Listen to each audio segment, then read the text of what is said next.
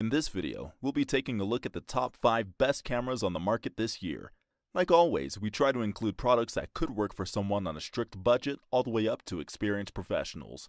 So whether you're looking for something cheap or looking for professional grade camera equipment, we'll have an option for you on this list. So if you want to find out the best camera, be sure to stay tuned. Coming in at 5th place is the Fujifilm X100F 24.3 megapixel camera. This was one of the best compact cameras on the market, and the price range is around $1,200. It also offers versatility that lets you be as creative as you can get.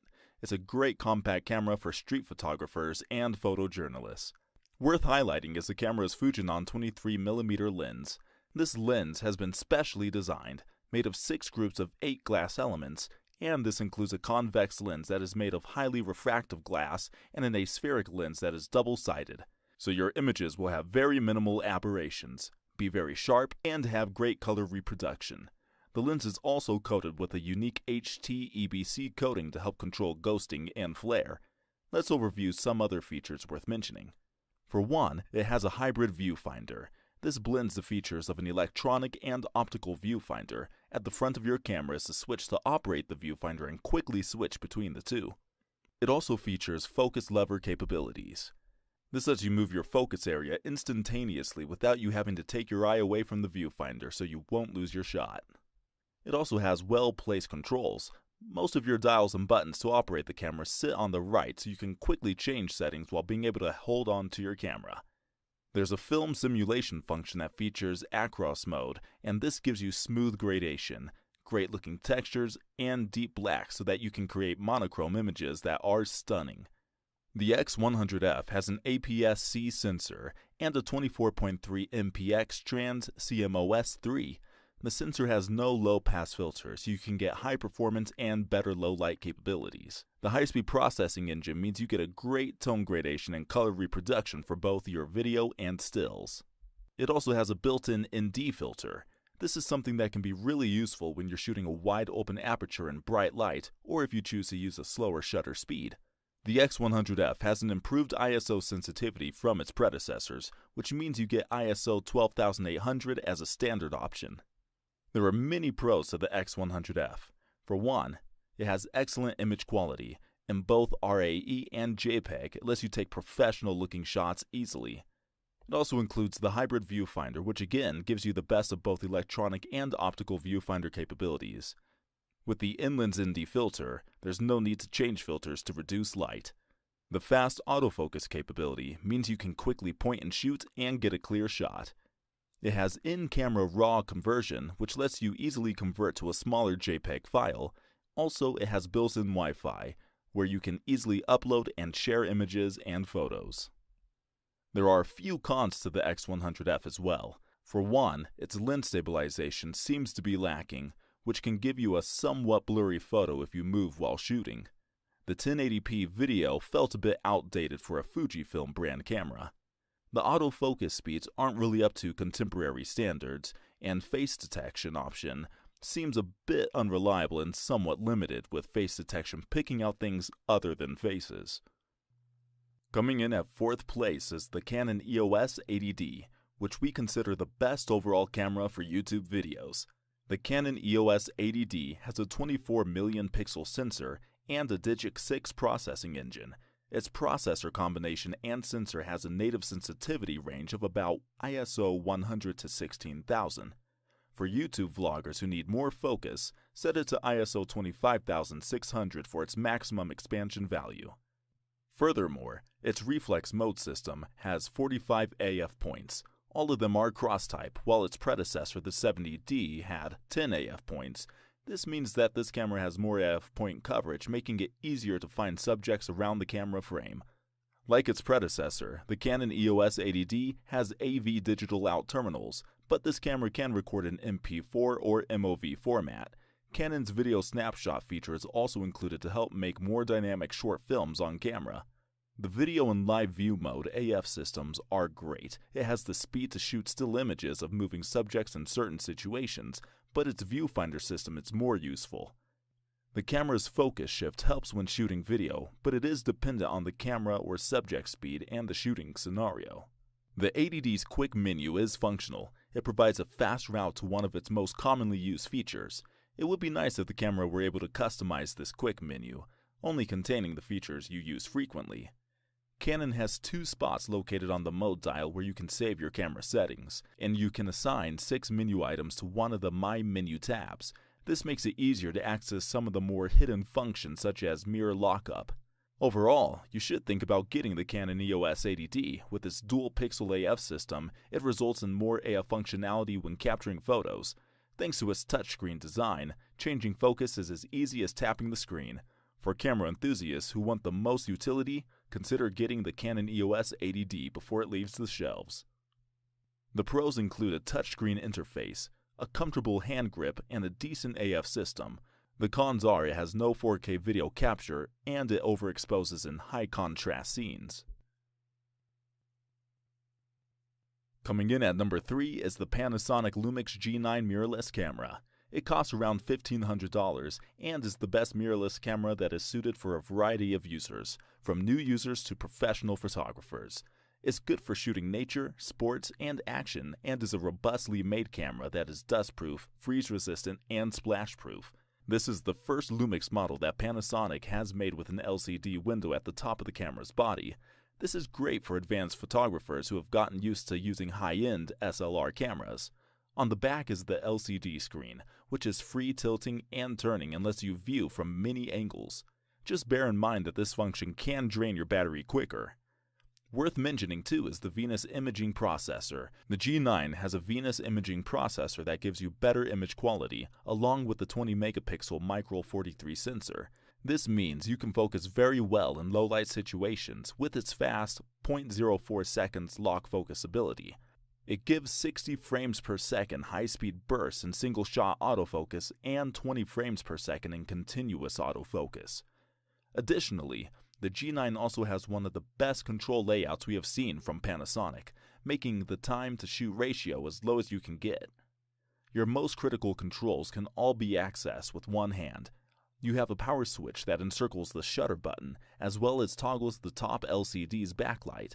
On top of the camera are your dual command dials, and just to the left of your thumb rest are your autofocus controls and AF selection joystick.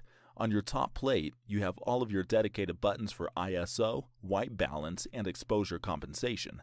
In addition to this, you have a few programmable function buttons, as well as a function lever that sits at the front of the camera. Now, let's also dig into some other features this mirrorless camera has. It contains 4K video capabilities, where you get 4K video in 60 frames per second and Full HD in 180 frames per second for sharp, clear video recording. It's also USB power supply compatible. This lets you shoot while you are connected to a battery charger, a really useful feature when you are in situations where you need to wait for a shot to happen. Lastly, it features a vertical battery grip. Now, this grip lets you have a battery in the camera and another battery in the grip, doubling your battery life. There are many pros of the G9. One is its autofocus capability, which allows for lightning-fast single and continuous autofocus for capturing shots. It also has a large viewfinder, which makes it easier to see and line up shots. It also has 2 SD card slots, which means more storage for your videos and pictures. The 4K and 6K photo mode are used for better cropping and printing capabilities. It contains a high-res 40 and 80 megapixel mode, which gives you sharper, high-resolution images. And it's rugged, yet it still has the convenience of a turning screen. There were a few cons we noticed with the G9.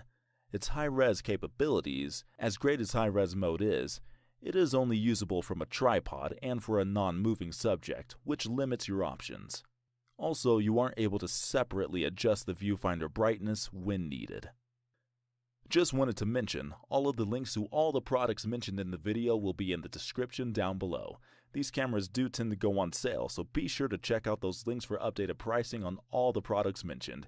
If you're new to the channel, be sure to hit that subscribe button and turn on post notification to stay up to date with the latest in-camera gear, as well as tips and tricks for photography and video. This list was created based on my personal experience with these products, or very similar products, as well as hours of research. With all of that out of the way, let's get back into the video. Coming in at second place is the Canon EOS Rebel T6i SLR, which costs just over $400. If you are looking for the best entry-level camera, this is a good one because it has up-to-date technology that you would expect, and the price is really reasonable for entry-level photographers. The EOS Rebel has a new sensor that is the second largest in Canon's lineup of cameras. It has a native ISO setting range of 100 to 12,800 with an expansion setting for low light conditions of 25,600. For shooting videos, you get a native 6,400 ISO with an expansion of 12,800, so you are getting some great low light capabilities here. Also, the T6i has a hybrid CMOS system with tracking AF, face detection, FlexiZone multi and single modes in live view. This makes it 4 times faster than its predecessor and makes operating the camera feel seamless. As far as the build and handling of the camera goes, it's pretty lightweight and made of a polycarbonate resin that has high glass fibers in it and an aluminum alloy construction, so the chassis feels very durable. There is a deep texture-coated grip at the front of the camera and a small thumb bridge at the back, so it feels pretty comfortable in your hand. As for features worth taking into account, let's check a few out. For one, it has a vari-angle touchscreen, makes for ease of handling with the ability to be able to compose a shot away from your eye line. It also features an autofocus system. You can let the camera choose the autofocus point in that mode, or you can manually set it in the zone autofocus and single point autofocus modes. Lastly, another great feature is the NFC and Wi-Fi capabilities. A first in Canon's DSLR range, the T6i has both NFC and Wi-Fi that lets you easily connect to your smart devices so that you can share images and control the camera remotely. There are many pros to this camera. One is its fast autofocus system for locking onto your subject quickly. It also has, again, the built-in NFC and Wi-Fi, which is essential for uploading and sharing videos and images. It's also a really comfortable to use camera. It has a responsive touchscreen, which makes using the screen seamless. It also has a 3.5mm microphone port, which is a great feature for filming videos. Lastly, the 5 EV exposure compensation allows for quick shutter speeds. There were a few cons we noticed as well, one being the moving subjects issue. It felt nearly impossible to focus on moving subjects when in live view mode. Another con is the low-density autofocus point, which across the frame this is limited so images aren't as crisp. And the subject tracking was another con. In the viewfinder it seems less sophisticated than other cameras. Coming in at number 1 is the Nikon D850 FX format digital SLR, which we felt was the best overall camera and costs around $3,300.